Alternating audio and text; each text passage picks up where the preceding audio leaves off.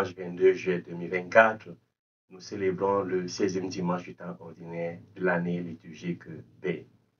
Dimanche dernier, Jésus a envoyé ses disciples, ses apôtres en mission, les a envoyés comme des pasteurs.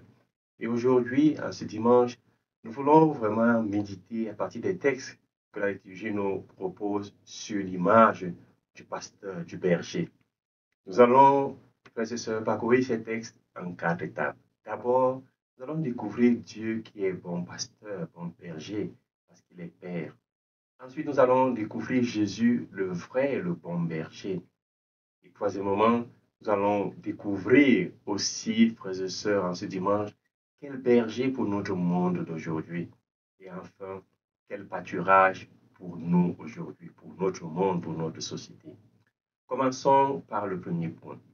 Dieu est le bon berger parce qu'il est Père. Le psaume de ce dimanche, le psaume 22-23, nous présente Dieu comme le bon berger qui protège, qui veille. Abel, dans l'Ancien Testament, est berger. Il offre le sacrifice agréable à Dieu. Il est le modèle du berger, prêt à verser son sang. Le premier homme qui offre un sacrifice à Dieu et qui s'offre également comme sacrifice, c'est Abel. La figure du berger reflète l'image du Père.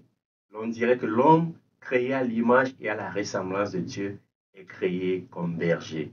Dieu est le berger d'Israël. Le Seigneur, lui, a pitié de toute créature. Il corrige, il instruit, il enseigne. Comme un berger, il fait revenir son troupeau. Nous lisons cela dans Siracide, chapitre 18, verset 13. Ainsi, par le Seigneur Dieu, le Seigneur dit, « Me voici contre les bergers. Je m'occuperai de mon troupeau à leur place. Je les empêcherai de le faire perdre, et ainsi ils ne seront plus mes bergers. J'arracherai mes brebis de leur bouche, et elles ne seront plus leur proie. Car ainsi parle le Seigneur Dieu. Voici que moi-même je m'occuperai de mes brebis, et je veillerai sur elles, comme un berger veille sur les brebis de son troupeau, quand elles sont dispersées. Ainsi je veillerai sur mes brebis, et j'irai les délivrer dans tous les endroits où elles ont été dispersées un jour de nuage et de sombre nuit. » Ainsi nous lisons dans Ézéchiel chapitre 34, versets 10 à 12. Frères et sœurs, Dieu se présente comme le berger d'Israël, le berger de son peuple. Le berger est la meilleure image qui exprime la paternité divine. Le berger est pour nous aujourd'hui l'image de Dieu, Père. C'est par l'image du berger que Dieu manifeste sa paternité aux hommes, à son peuple. Les deux grands leaders d'Israël sont des bergers. Moïse, qui a été appelé parce qu'il était en train de perdre le troupeau de son beau-père Jéthro, et David, qui a appelé alors qu'il est en train de perdre le troupeau de son père. En ces deux figures, Dieu révèle sa nature du berger qui prend soin de son troupeau, de son peuple. Mais c'est son Fils Jésus-Christ qui nous manifestera pleinement cette figure de Dieu qui est berger et qui est aussi Père. Deuxièmement, Jésus, le bon et le vrai berger. Dans l'évangile de Saint Jean, Jésus déclare, « Moi, je suis le bon pasteur, le vrai berger, qui donne sa vie pour ses brebis. Le berger mercenaire n'est pas le pasteur. Les brebis ne sont pas à lui. S'il voit venir le loup, il abandonne les brebis et s'enfuit. Le loup s'en empare et les disperse. Ce berger n'est qu'un mercenaire et les brebis ne comptent pas vraiment pour lui. Moi, je suis le bon pasteur, le bon berger. Je connais mes brebis me connaissent comme le Père me connaît et que je connais le Père. Je donne ma vie pour mes brebis. » Jean chapitre 10, versets 11 à 15. Jésus est le bon berger qui donne sa vie. Il est le Fils unique du Père.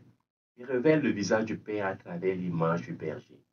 Jésus continue la révélation du Père commencée dans l'Ancien Testament. Jésus nous mène vers les eaux tranquilles et nous fait revivre. Il nous conduit par le juste chemin pour l'honneur de son nom. Le juste chemin de la paix, le juste chemin du salut. C'est lui le Christ, comme disait Saint Paul dans la deuxième lecture, qui est notre paix. Les deux, le juif et le païen, il a fait une seule réalité. Par sa chair crucifiée, il a détruit ce qui les séparait, le mur de la haine. Il a supprimé les prescriptions juridiques de la loi de Moïse. Ainsi, à partir des deux, le juif et le païen, il a voulu créer en lui un seul homme nouveau, en faisant la paix et réconcilier avec Dieu les uns et les autres en un seul corps par le moyen de la croix. En sa personne, il a tué la haine. Jésus nous conduit au divin pâturage, frères et sœurs, parce que par sa personne, en sa personne, dit Saint Paul, il a tué la haine. Il nous conduit au divin pâturage en se donnant comme un pâturage pour nous. Il dresse la table où nous consommons sa parole, où nous consommons son corps et son sang. Jésus devient modèle des bergers, modèle des pasteurs. Les bergers doivent donner la parole de Jésus et son corps et son sang, mais aussi doivent donner leur propre corps, leur propre sang pour la vie, la survie de leurs frères et sœurs. Les bergers doivent se donner comme Jésus, se sacrifier comme le Christ, qui par sa chair crucifiée a amené les hommes au pâturage de la paix, au pâturage du salut. Troisième point, quel berger pour notre monde aujourd'hui? Abel, le premier berger, a offert un sacrifice agréable à Dieu, puis il s'est offert comme sacrifice lui-même.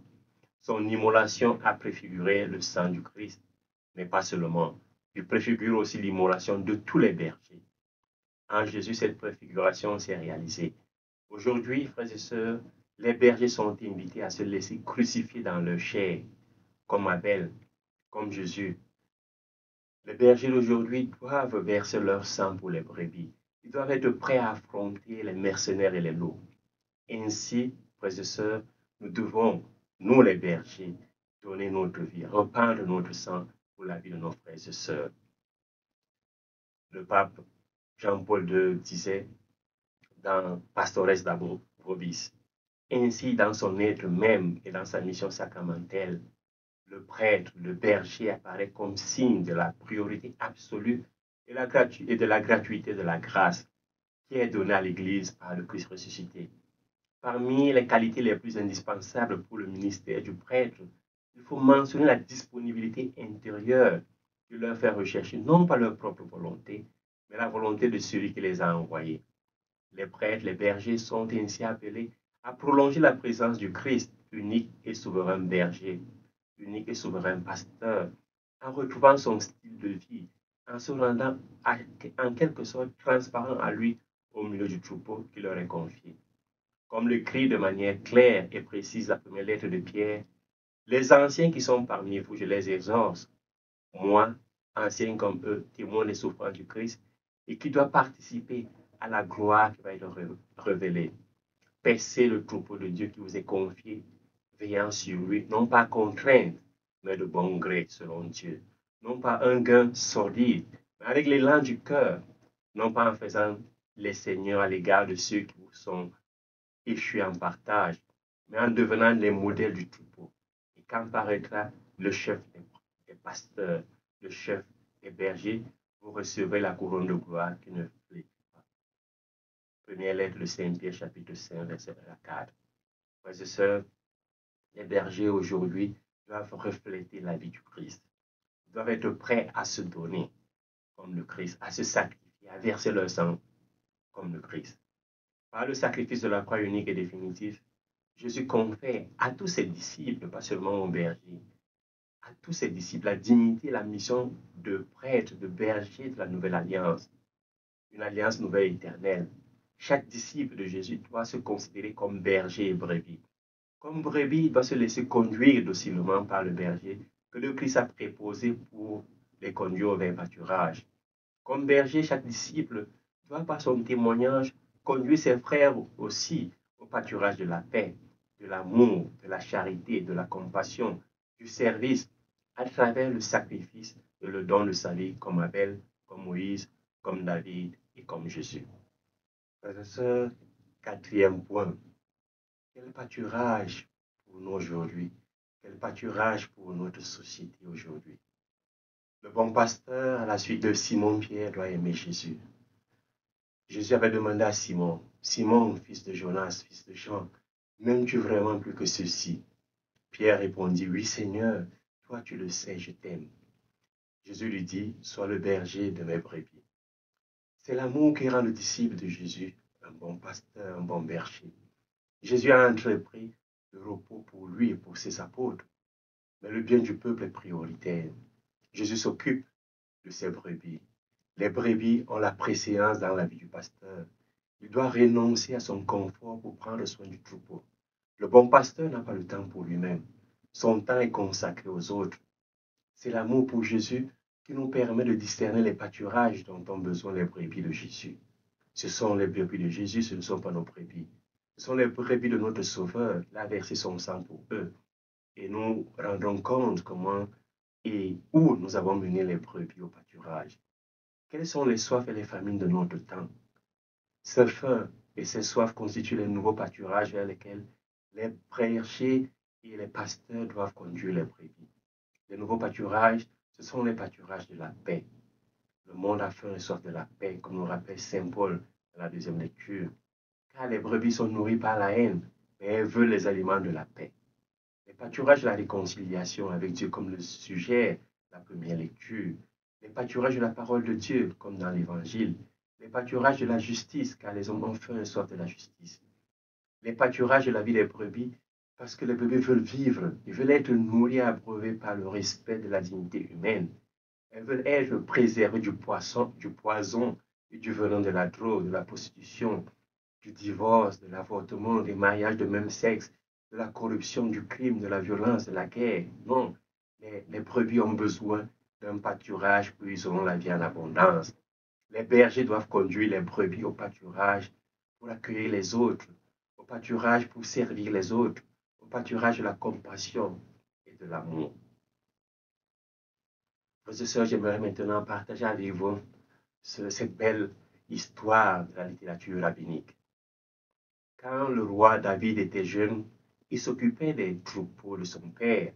Chaque jour, il amenait les brebis dans les zones désertiques afin qu'ils ne pèsent pas dans les champs des autres. Il remarqua que lorsque les brebis arrivaient au pâturage, les brebis fortes et en bonne santé entraient en premier et mangeaient toute l'herbe tendre, n'en laissant aucune aux plus faibles et aux plus vieilles. Au moment où les jeunes brebis entraient, il ne restait que de l'herbe dure. Ce n'est pas bien, pensa David. Les agneaux devraient avoir de l'herbe nouvelle et tendre. Les brebis les plus fortes ont des dents solides.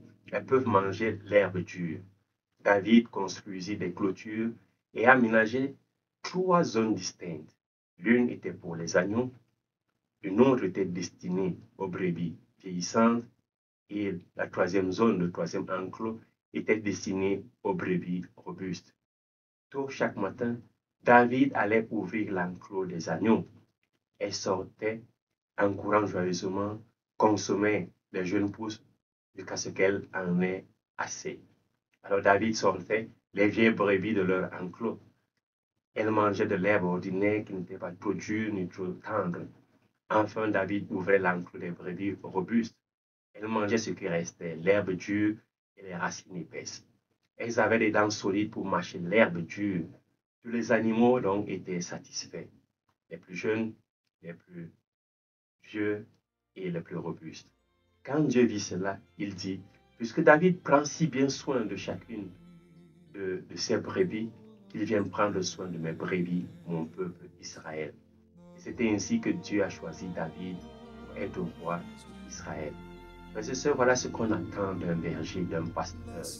Ce qui fait la bonté et la vérité de Jésus bon pasteur, c'est sa relation affective qui existe entre lui et les brebis. Jésus bon berger, vrai berger, assume la condition de ses brebis, comme David. Il vit dans sa chair ce que les brebis vivent dans leur peau. Le cœur de Jésus est un cœur plein de bonté pour voir la misère de ses brebis. Jésus est saisi de compassion, comme le bon berger qui conduit son troupeau et qui en prend soin. Il est saisi de compassion comme le bon samaritain qui s'approche de ceux qui sont laissés à demi-mort sur les marges de l'histoire. Le bon berger aujourd'hui ne doit pas disperser les brebis de Jésus. Il ne doit pas les laisser périr, il doit les rassembler, il doit s'occuper d'elles, les conduire pour les ramener à l'encre de la paix, de la réconciliation, de l'amour, de la compassion, même au prix de son sang, comme Abel, comme au prix de la croix, comme Jésus lui-même. Bon dimanche, Dieu vous bénisse. Oui, soit Jésus.